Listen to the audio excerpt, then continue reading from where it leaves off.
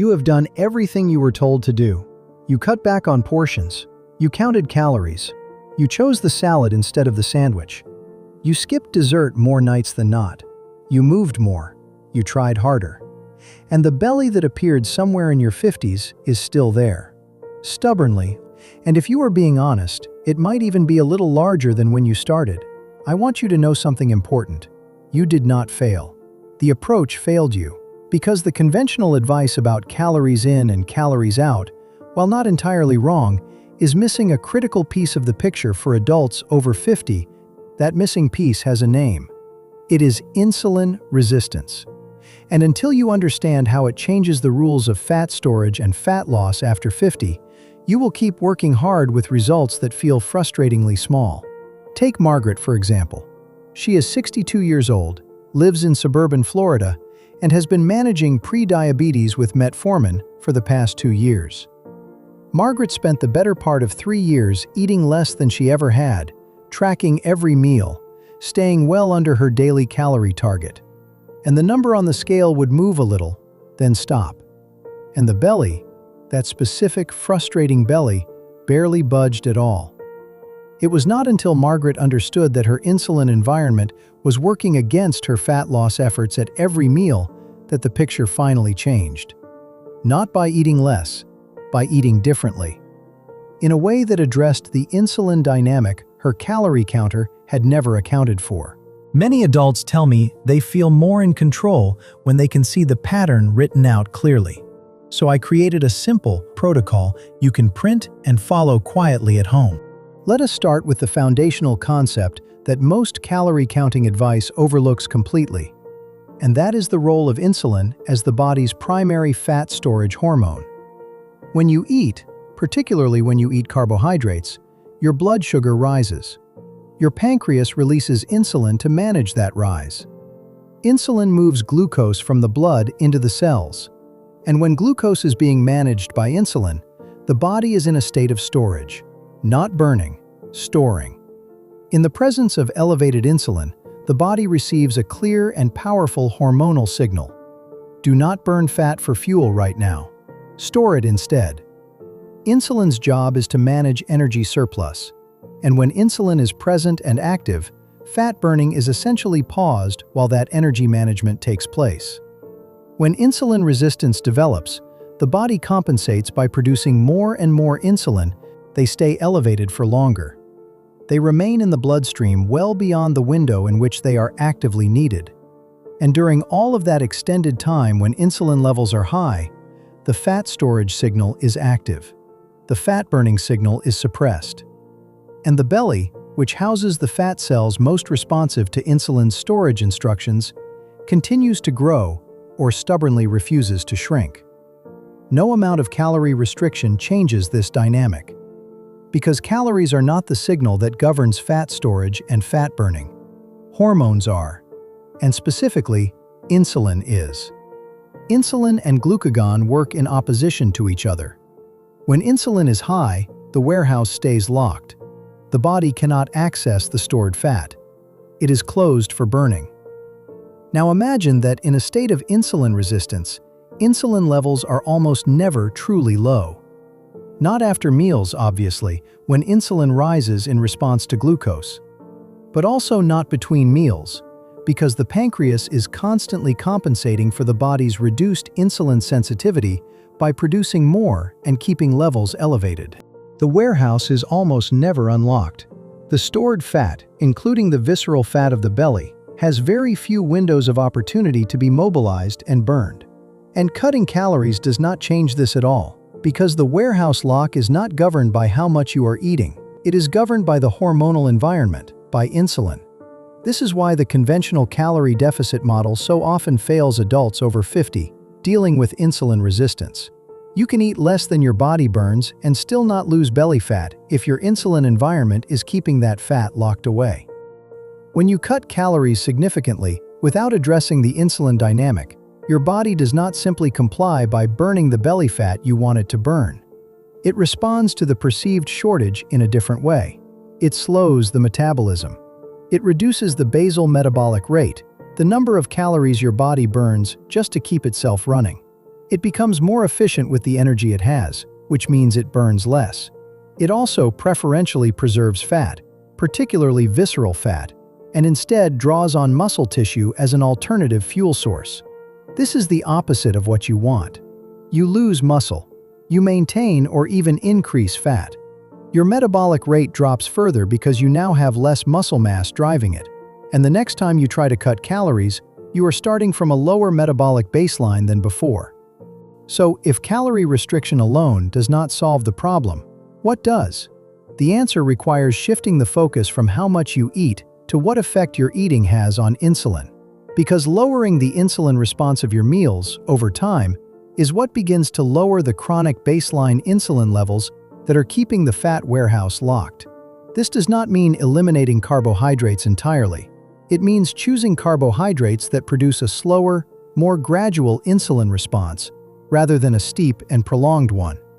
Refined carbohydrates, white bread, white pasta, white rice, sugary foods and drinks cause the fastest and highest insulin spikes. Complex carbohydrates from vegetables, legumes, whole grains, and most whole fruits cause a significantly more gradual response. And protein and fat cause very little insulin response relative to carbohydrates. Building meals around protein and fiber-rich vegetables, with moderate amounts of complex carbohydrates rather than refined ones, changes the insulin environment of every meal. Not dramatically, in most cases, but consistently. And consistency over time is what shifts the metabolic baseline. Meal timing and spacing also matter in ways that calorie counting never captures. When meals are spaced to allow insulin levels to return to baseline between them, the body has windows of low insulin during which fat burning can actually occur. Eating every hour or two, even in small amounts, keeps insulin elevated almost continuously. Allowing 3 to 5 hours between meals, eating satisfying, balanced meals rather than constant small snacks, creates the insulin-low windows in which the fat warehouse can be opened. This is not about hunger or deprivation. A protein-rich, fiber-dense, well-constructed meal can be deeply satisfying and sustaining for 4 to 5 hours. The goal is not to eat less in terms of total amount. The goal is to eat in a way that creates a hormonal environment favorable to fat burning rather than fat storage. Movement plays a specific and irreplaceable role in addressing insulin resistance belly that goes beyond calorie burning. Resistance training is the most powerful tool available for improving insulin sensitivity in the muscles.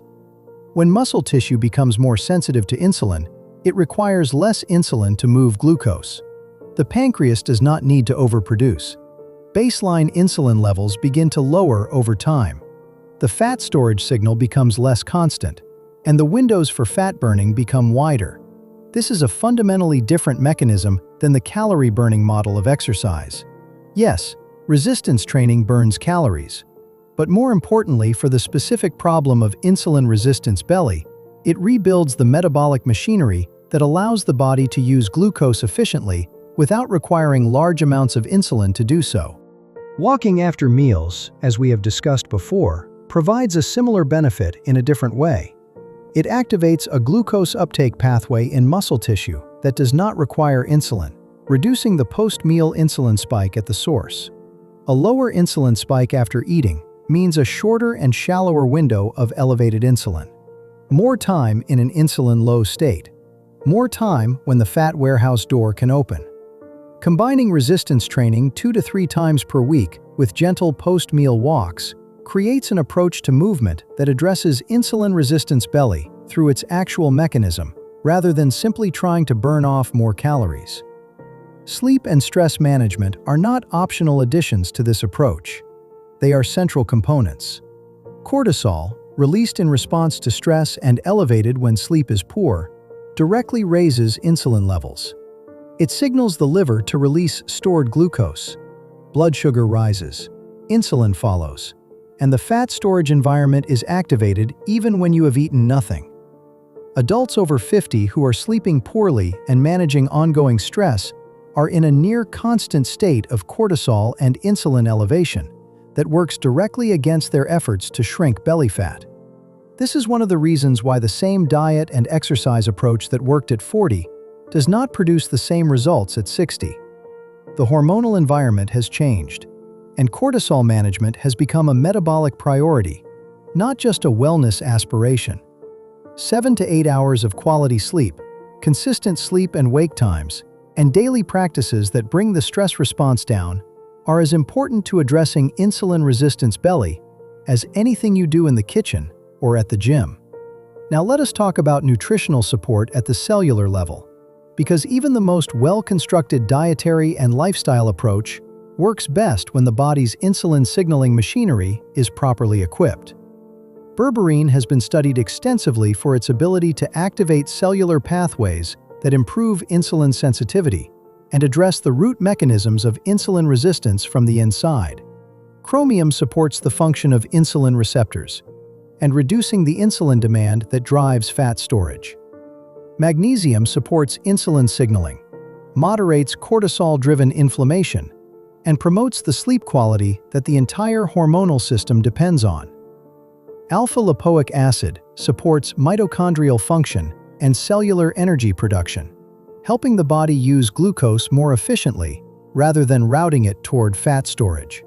CoQ10 supports the cellular energy machinery that becomes less efficient with age. B vitamins are essential cofactors in the metabolic pathways, and vitamin D supports insulin sensitivity. Other nutrients like gymnema and eleuthero can further aid glucose uptake and adaptation, enhancing how your body responds to the insulin challenges that have been making belly fat so resistant to conventional calorie-cutting approaches.